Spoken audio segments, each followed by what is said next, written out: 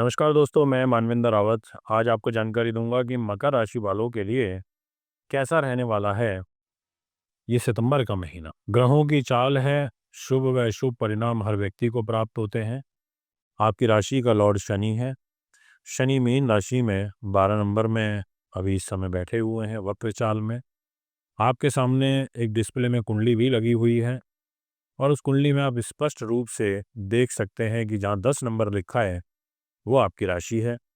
उस 10 नंबर का लॉर्ड जो शनि है वो 12 नंबर में बैठा है और जहाँ 12 नंबर लिखा है वो है थर्ड हाउस। और उस तीसरे भाव से हम भाई बहन मित्रों का सुख देखते हैं, विल पावर साहस भी देखते हैं। जहाँ पर 11 नंबर मेंशन है वो है आपके यहाँ सेकंड हाउस, जो कि परिवार का धन का होता है। इसके अलावा जो आपका सेकंड हाउस जहाँ 11 नंबर लिखा है वहाँ राहु विराजमान होने से कुछ संकट परेशानियां राहु भी उत्पन्न करेंगे। अगर आप गौर से देखें तो जहाँ 5 नंबर लिखा है वहाँ सूर्य बैठे हैं और केतु और बुध भी वहाँ पर विराजमान है। तो सूर्य केतु बुध का योग आपके 5 नंबर यानी कि आयु अष्टम भाव के घर में बना हुआ है। इसी प्रकार से मिथुन राशि के अंदर 3 नंबर में गुरु बैठे हैं छठे भाव में, और छठा भाव रोग चोट शत्रु बाधा का होता है। तो यहाँ पर गुरु ग्रह का विराजमान होना ये भी बड़ा महत्वपूर्ण है, काफी महत्वपूर्ण रोल प्ले करता है। पर शुभ ग्रह है, छठे भाव में चला गया। शुक्र आपको जहाँ 4 नंबर में दिखाई दे रहे हैं ये भी 15 तारीख को 5 नंबर में आ जाएंगे। यानी कि इस महीने की जो ग्रह चाल रहेगी वो मकर राशि वालों के लिए मेरे अकॉर्डिंग जो मैं समझ पा रहा हूँ उतनी अनुकूल नहीं है। पर इस महीने एक ग्रह ऐसा है जो आपको काफी सपोर्ट करेगा। एक तो है बुध ग्रह, राजकुमार। राजकुमार ने कहा कि मैं 6 नंबर में आ जाऊंगा, जहां अभी मंगल बैठे हुए आपको दिखाई दे रहे होंगे डिस्प्ले की कुंडली में। वहां जैसे ही वो कन्या राशि में आएंगे, अपनी राशि के अंदर आएंगे, तो इनको बल मिलेगा, ताकत मिलेगी। भाग्य के घर में आएंगे क्योंकि जहाँ 6 नंबर लिखा है वो भाग्य का स्थान है। वो बोलेंगे मैं भाग्य को प्रबल करूंगा, भाग्य को मजबूती प्रदान करूंगा, मैं आपको विदेशों से लाभ दूंगा। ऐसा बुध ग्रह का व्यवहार यहाँ पर रह सकता है।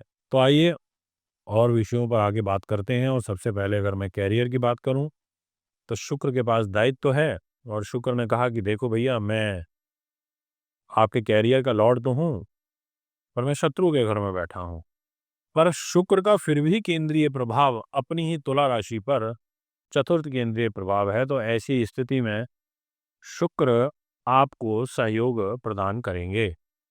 केंद्रीय प्रभाव उनका रहेगा तुला राशि के ऊपर, ये एक अच्छी बात है। मतलब चाहे बेशक वो शत्रु घर में बैठे हैं पर अपनी राशि पर प्रभाव डालने से कैरियर को संभाल लेंगे।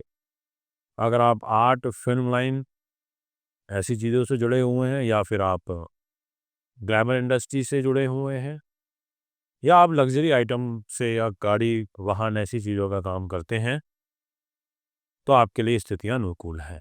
अगर मान सम्मान के दृष्टिकोण से बात करी जाए तो ठीक रहेगा, मान सम्मान भी उसमें ऐसा कोई विशेष कष्ट तो मुझे नहीं नजर आ रहा। पहले 15 दिन व्यक्तित्व और मान सम्मान में बढ़ोतरी देखने को निश्चित तौर पर मिलेगी। फाइनेंस की यदि मैं बात करूं तो थोड़ा आर्थिक रूप से परिस्थितियां विपरीत रह सकती हैं, और उसका जो कारण है ना वो ये है कि राहु बैठे हुए हैं कुंभ राशि में।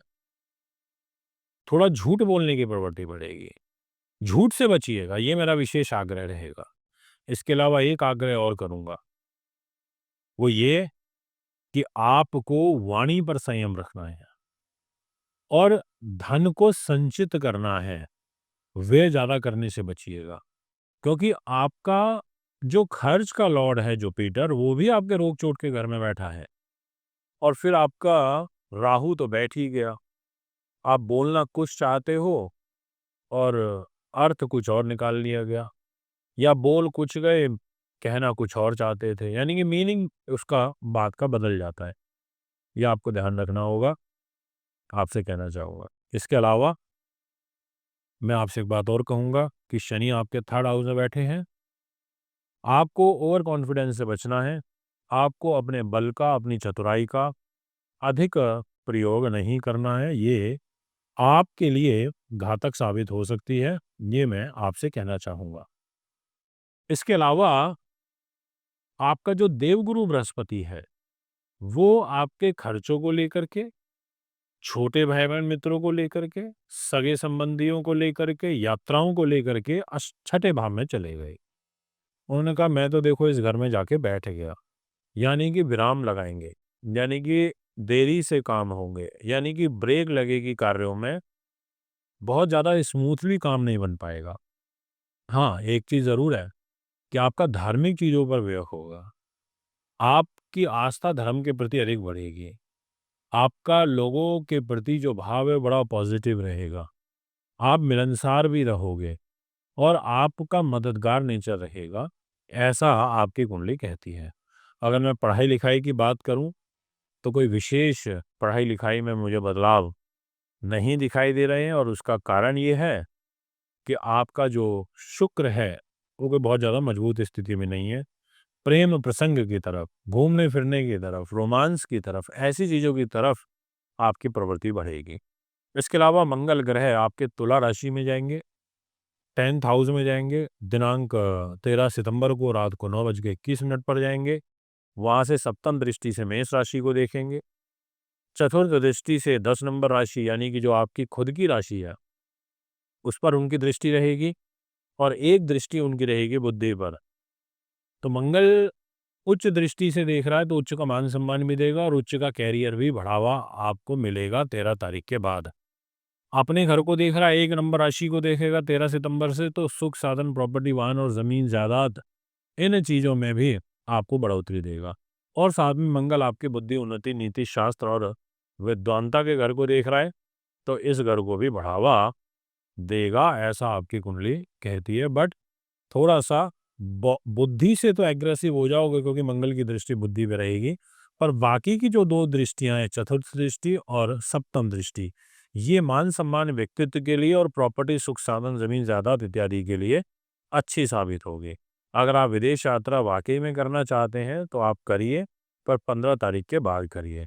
इसके अलावा सूर्य ग्रह भी आपके अष्टम भाव से निकलेंगे, तो जो स्वास्थ्य में बड़ा कष्ट चल रहा था, बड़ी हानि हो रही थी, उससे आपको निजात मिलेगी। सूर्य केतु अलग होंगे तो जिनको हार्ट बीपी की समस्या ज़्यादा चल रही थी, उन लोगों को उस बीमारी में काफ़ी सहूलियत मिलेगी, यानी कि वो काफ़ी हद तक कवर अप कर पाएँगे।